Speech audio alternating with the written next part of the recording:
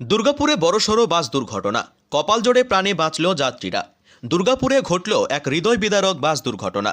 সূত্রে জানা গেছে, একটি মিনি বাস যাত্রা চলাকালীন হঠাৎই অসুস্থ হয়ে পড়েন চালক।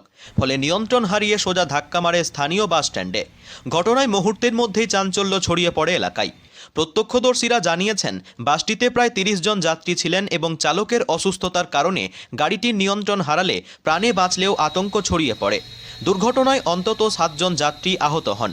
তাদের মধ্যে ৩ জনের অবস্থা গুরুতর বলে হাসপাতাল সূত্রে জানা গেছে। আহতদের দ্রুত দুর্গাপুর মহকুমা হাসপাতালে নিয়ে যাওয়া হয়। চালককেও হাসপাতালে ভর্তি করা হয়েছে। মাথায় চোট পাওয়ায় তার শারীরিক অবস্থাও আশঙ্কাজনক বলে জানা গেছে। স্থানীয় বাসিন্দারা ঘটনাস্থলে ছুটে এসে উদ্ধার কাজে হাত লাগান। সময়মতো বড় কোনো দুর্ঘটনা এড়ানো গেলেও আহতদের কান্না এবং আতঙ্কে ভরপুর হয়ে ওঠে গোটা স্ট্যান্ড এলাকা। পুলিশ ও প্রশাসনের পক্ষ থেকে জানানো হয়েছে, ঘটনার তদন্ত চলছে।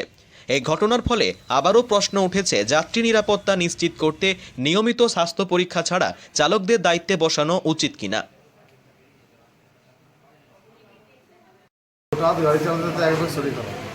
শরীর খারাপ হয়ে গেছে। কোথা থেকে আসছিলেন? আমি আসলাম দুর্গাপুর থেকে।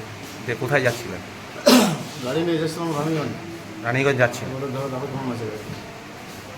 কতজন ছিল বাসে যাত্রী? বাসে ৬-৭ জন ছিল। হঠাৎই শরীর খারাপ পড়ে যায়। কি নাম আপনার? সুকুমার আপুরিয়া। কোথায় থাকেন? কাজল।